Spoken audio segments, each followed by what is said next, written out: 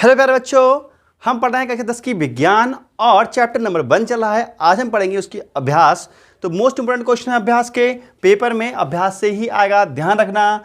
तो बेटा ये ऑब्जेक्टिव क्वेश्चन पहला हम सॉल्व करेंगे और थोड़ा सा टिपिकल क्वेश्चन ऑब्जेक्टिव थोड़ा समझने लायक है। बोर्ड में मैंने लिख लिया, समझाता हूँ मैं आपके लिए। बेटा क्वेश्चन है, नीचे दी गई अभिक्रिया के संबंध में कौन सा कथन असत्य है। मतलब इनमें से कौन सा असत्य है। ये अभिक्रिया दी है, इस अभिक्रिया को देखकर बताना है कि इन सब में से कौन सा असत्य है। ठीक है, मतलब इन सब में बेटा ये क्वेश्चन दिए हुए हैं, इन सभी में छांटना है। उसके बाद फाइनल आंसर हमें यहाँ से देखना है कि कौन सा असत्य है। इसमें सत्य सत्य छांटो, फाइनल आंसर यहाँ से देना है, इस बात का ध्यान रखेंगे। तो देखो बेटा, ये क्वेश्चन आप फिलहाल नोट कर लीजिए। ठीक है, नोट कर लिया आप लोगों ने। तो ऐसा करो, पहले समझ लो इसको, बाद में नोट कर लेना या तो। ठीक है, देखो समझ लो बेटा इसको। मैं इस रिएक्शन को दोबारा लिखता हूँ, फिर समझाता हूँ आप लोगों के लिए। तो इस रिएक्शन को यहाँ लिखता हूँ दोबारा से 2PbO। ठीक है, सॉलिड फॉर्म में है, S लिख दिया, प्लस C, S लिख दिया, एरो 2PbO 2Pb है बेटा, ये 2Pb सॉलिड फॉर्म में है और यहाँ पे CO2 ये गैस फॉर्म में है। ठीक है, तो बेटा देखते हैं, आंसर चेक करते हैं। तो क्वेश्चन में कहा गया है, पहला कहा गया है सीसा अपचयित हो रहा है। सीसा बेटा ये होता है लेड, ये क्या है सीसा, इसको क्या बोलते हैं सीसा। सीसा तो बेटा देखो सीसा को यहाँ पे लेकर के आओ। देखो सीसा यहाँ से इधर देखो, सीसा PbO में चेंज हो रहा है, तो सीसा क्या हो रहा है उपचयित होना चाहिए था, सीसा उपचयित हो रहा है बेटा, लेकिन यहाँ क्या लिखा है अपचयित हो रहा है। तो इन्होंने बिल्कुल गलत बात देखी है। बात समझ में आ गई आप लोगों को, कितना समझ में आ रहा है।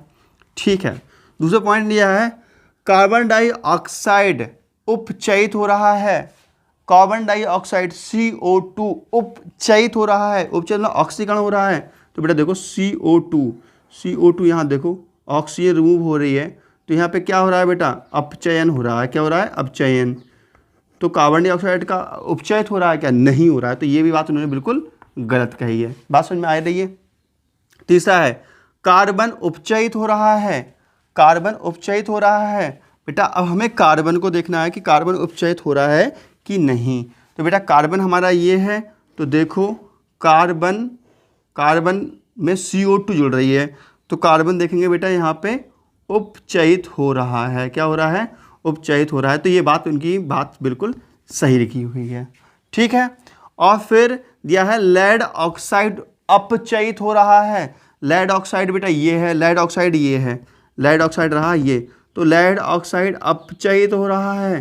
तो बेटा ये देखेंगे बेटा, यहाँ पर देखो बेटा ऑक्सीजन जब रिमूव हो रही है तो यहाँ पर ये अपचयित ही हो रहा है।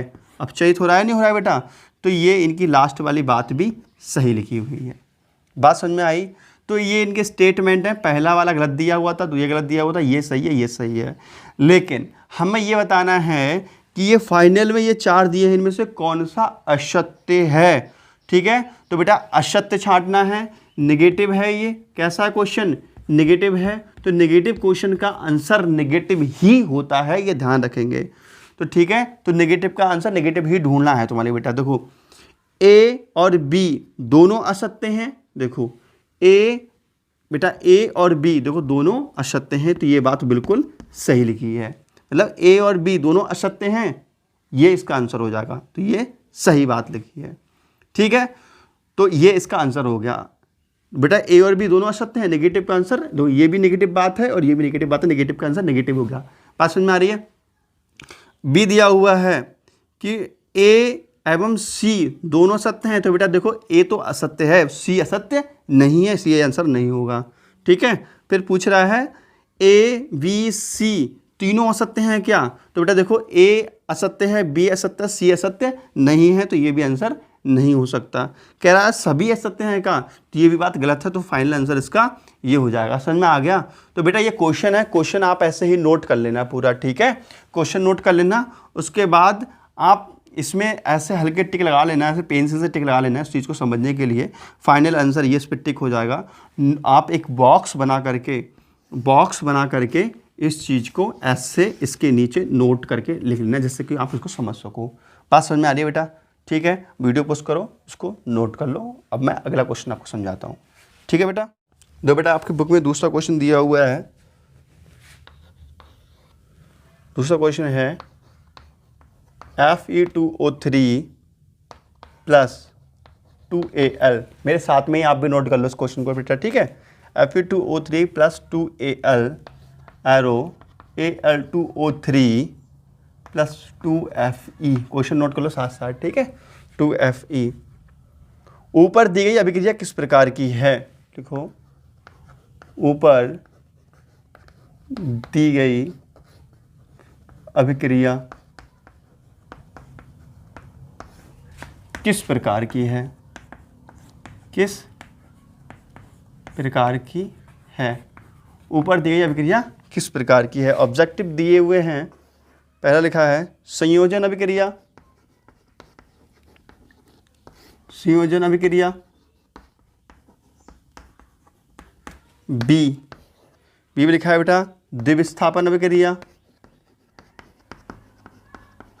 द्विविस्थापन अभिक्रिया। और सी दिया हुआ है वियोजन अभिक्रिया।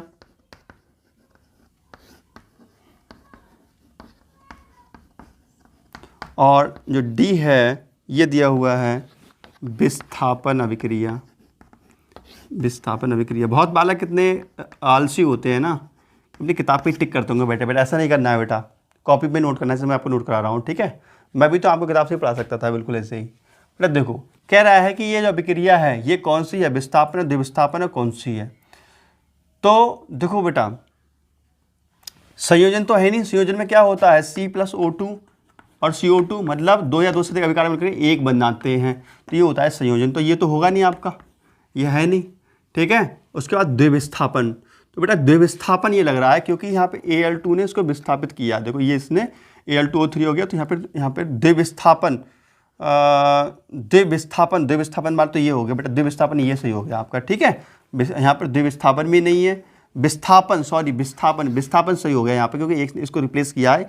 एक बार विस्थापन हुआ है तो ये विस्थापन यह वाला आपका सही हो जाएगा। ये भी गलत, ये भी गलत है, ठीक है? वियोजन भी नहीं है। वियोजन में क्या होता है? दो अभिकारक टूट करके, भाई एक अभिकारक टूट करके कहीं से कहीं अधिक उत्पाद बनाते हैं। और द्विविस्थापन भी नहीं है। द्विविस्थापन कैसा होता है बेटा? द्विविस्थापन आप जानते हो ऐसा होता है AB plus BC arrow CD plus इस टाइप से वो होता है, ठीक है? मतलब यहाँ पे एक यौगिक होता है, यहाँ पे यौगिक होता है, लेकिन यहाँ पे यौगिक है, लेकिन यहाँ पे एक तत्व यौगिक नहीं है। तो इसलिए ये विस्थापन अभिक्रिया का दिया हुआ है। तो विस्थापन पे टिक लगा लीजिए, ठीक है? तीसरा क्वेश्चन है, बुक लेकर के बैठ जाओ बेटा, बुक लेकर के बैठ जाओ। तीसरा क्वेश्चन है लौह चूर्ण पर तनु हाइड्रोक्लोरिक अम्ल डालने से क्या होता है? जो लौह चूर्ण है आप उस पर हाइड्रोक्लोरिक अम्ल डालेंगे तो क्या होता है? उत्तर पर निशान लगाइए, ठीक है? तो देख लीजिए, इसको जरा मिटाता हूँ मैं आपको। देखो आपको बेटा पता है कोई भी अम्ल है, HCl क्या है? अम्ल है। किसी भी अम्ल में जब हम लोहा डालेंगे तब हाइड्रोजन गैस विस्थापित होगी कि नहीं होगी? भाई होता है ना, ठीक है? तो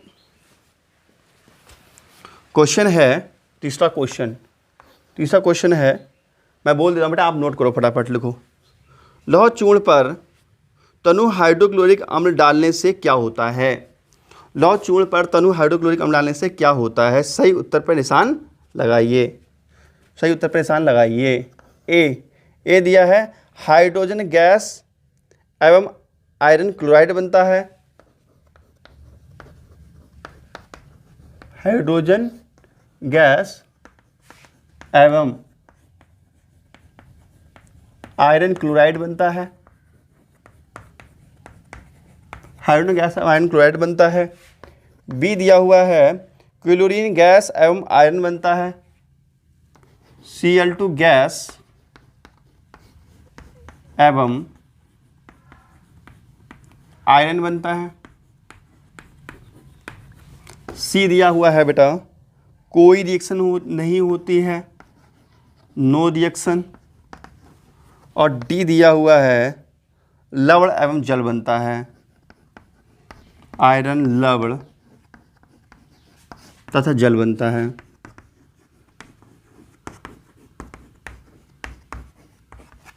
ये दिया हुआ है बेटा क्वेश्चन, ठीक है। तो देखो क्वेश्चन दिया हुआ है लौह चूर्ण पर तनु हाइड्रोक्लोरिक अम्ल डालने से क्या होता है।